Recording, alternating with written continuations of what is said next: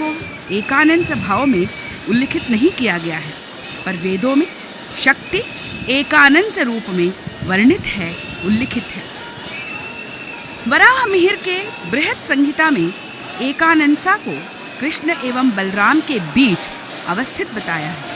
एक अनंसा जिसको अविच्छिन्न नहीं किया जा सकता। भले ही हम अपने चर्म चक्षुओं से देखते हैं कि एक और बलभद्र है, दूसरी ओर प्रभु जगन्नाथ है, वास्तव में एक जीव चैतन्य है और दूसरे ब्रह्म चैतन्य है। एवं माँ सुभद्रा साक्षात योग माया का स्वरूप है, जो जीव एवं परम का योग करवाती हैं, महामिलन करवाती हैं। ये माँ योग माया है।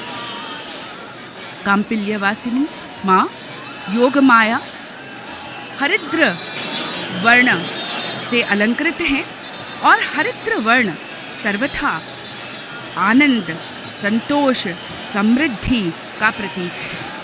और वह आनंद, वह सुख की अनुभूति यहाँ हर एक भक्त में देखी जा सकती है।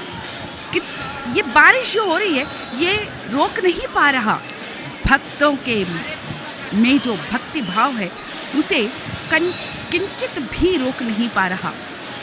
और जल नारायण को अत्यंत प्रिय है। समुद्र को तरल नारायण भी कहा जाता है। वे स्वयं महोदधि में शेषशायी रहे हैं एवं माँ लक्ष्मी का जन्मस्थल भी यही समुद्र है। समुद्र मंथन के दौरान माँ लक्ष्मी का जन्म इसी समुद्र से हुआ है। तो एक तरह से विष्णु का निवास स्थल एवं ससुराल भी है। और जब महाप्रभु ग्रीष्म के ताप से पीड़ित होते हैं, तब वे चंदन यात्रा में निकलते हैं, जो 42 दिनों तक नौका विहार करते हैं। अर्थात जल से संपर्क महाप्रभु का घनिष्ठ है, सनातन है एवं अत्यंत प्रिय है।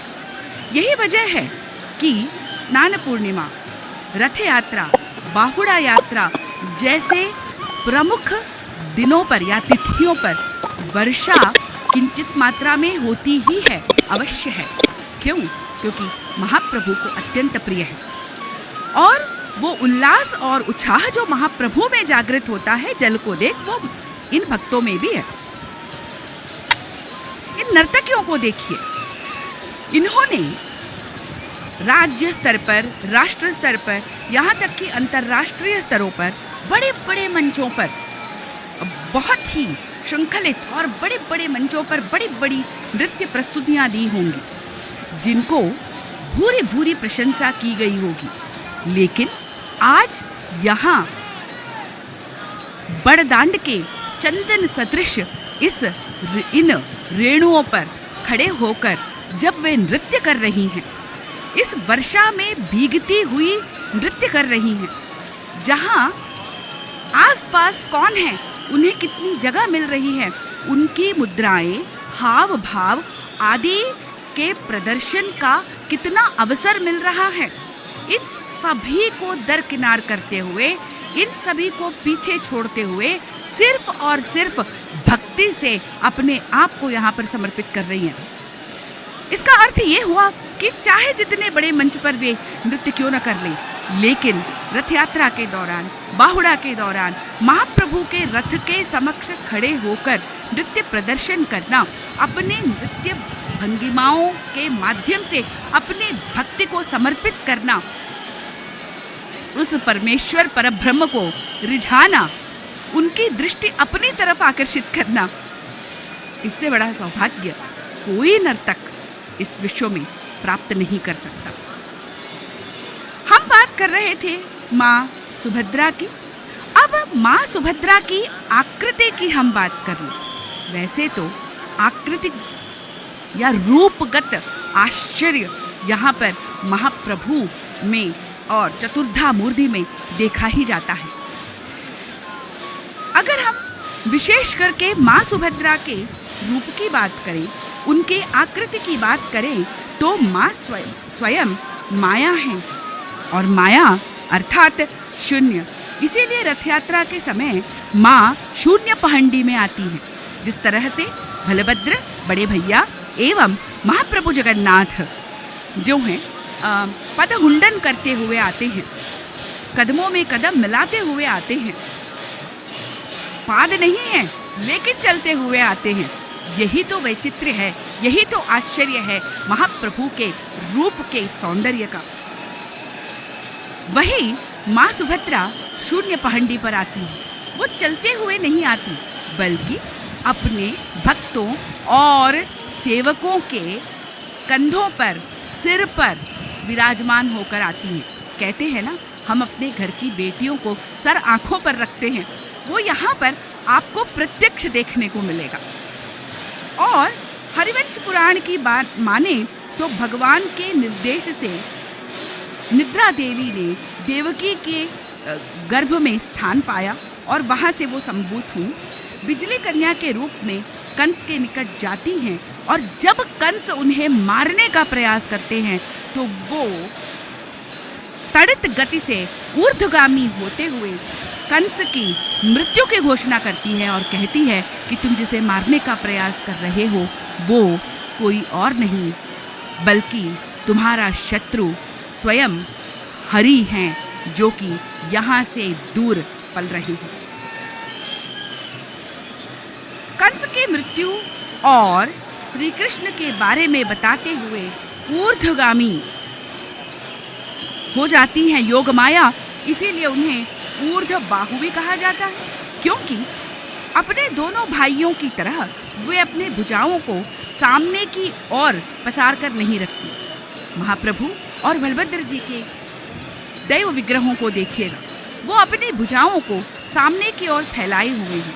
ऐसा लगता है कि वे अपने हर एक भक्त को अपनी ओर आकर्षित कर रहे हैं, आमंत्रित कर रहे हैं और कहते हैं आओ आओ मैं तुम्हें हृदय से लगा लूं, ताकि इस जीवन ही नहीं, भले ही आज हम उन्हें आलिंगन नहीं कर सकते, उनका आलिंगन नहीं कर सकते, लेकिन भावनात्मक रूप से जरूर उस आलिंगन के सुख को हर एक भक्त यहाँ पर जो है प्राप्त करता है।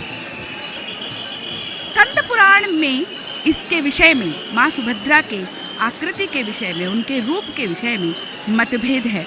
कहा जाता है कि माँ अपने दोनों भुजाओं को नीचे की ओर किए हुए हैं, अधोलंबित हस्ता है, अर्थात वह किसी प्रकार का कोई अभिनय नहीं करती। ना उनके हाथ में पद्म है और ना ही वे दूसरे हाथ से अभय मुद्रा दे रही हैं।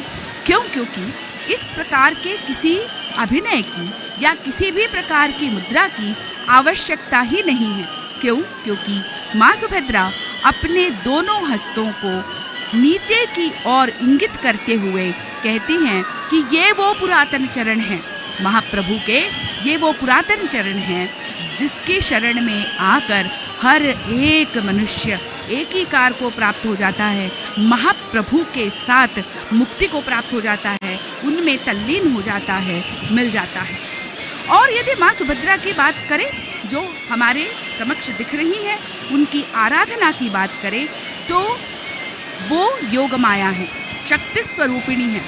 लेकिन अन्य शक्ति के मंदिरों में जिस प्रकार से लाल गुड़हल के फूल, जिनको कि मंदार पुष्प कहा जाता है, उनसे या बिल्व पत्रों से इनकी पूजा नहीं होती, बल्कि यहाँ पर उनकी पूजा भी समक्ष आप देख रहे हैं तुलसी दड़ों से की जाती है। जिस प्रकार से महाप्रभु की एवं बलभद्र जी की पूजा यहाँ पर होती है।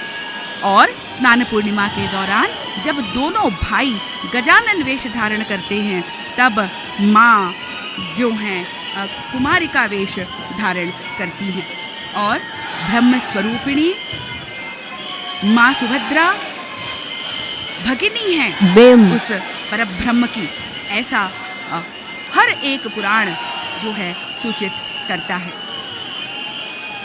माँ को तपस्वी भी बताया गया है।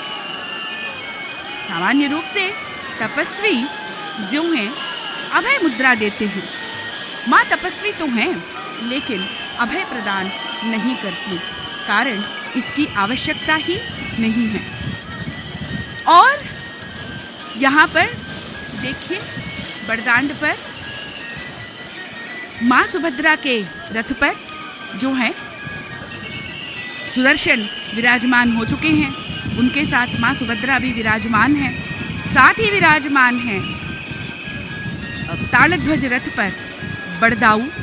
यहाँ पर बड़दांड पर भीड़ बढ़ती ही चली जा रही है और प्रतीक्षा बढ़ती चली जा रही है कि वो चकानयन, वो सूर्य चंद्र नेत्रों से युक्त महाप्रभु जगन्नाथ का आगमन कब होगा, कब हमारे ये नेत्र तृप्त होंगे, कब महाप्रभु आएंगे और हम पर अपनी कृपा वृष्टि करेंगे। कहा जाता है सूरदास ने बड़े भावुक होकर ये पद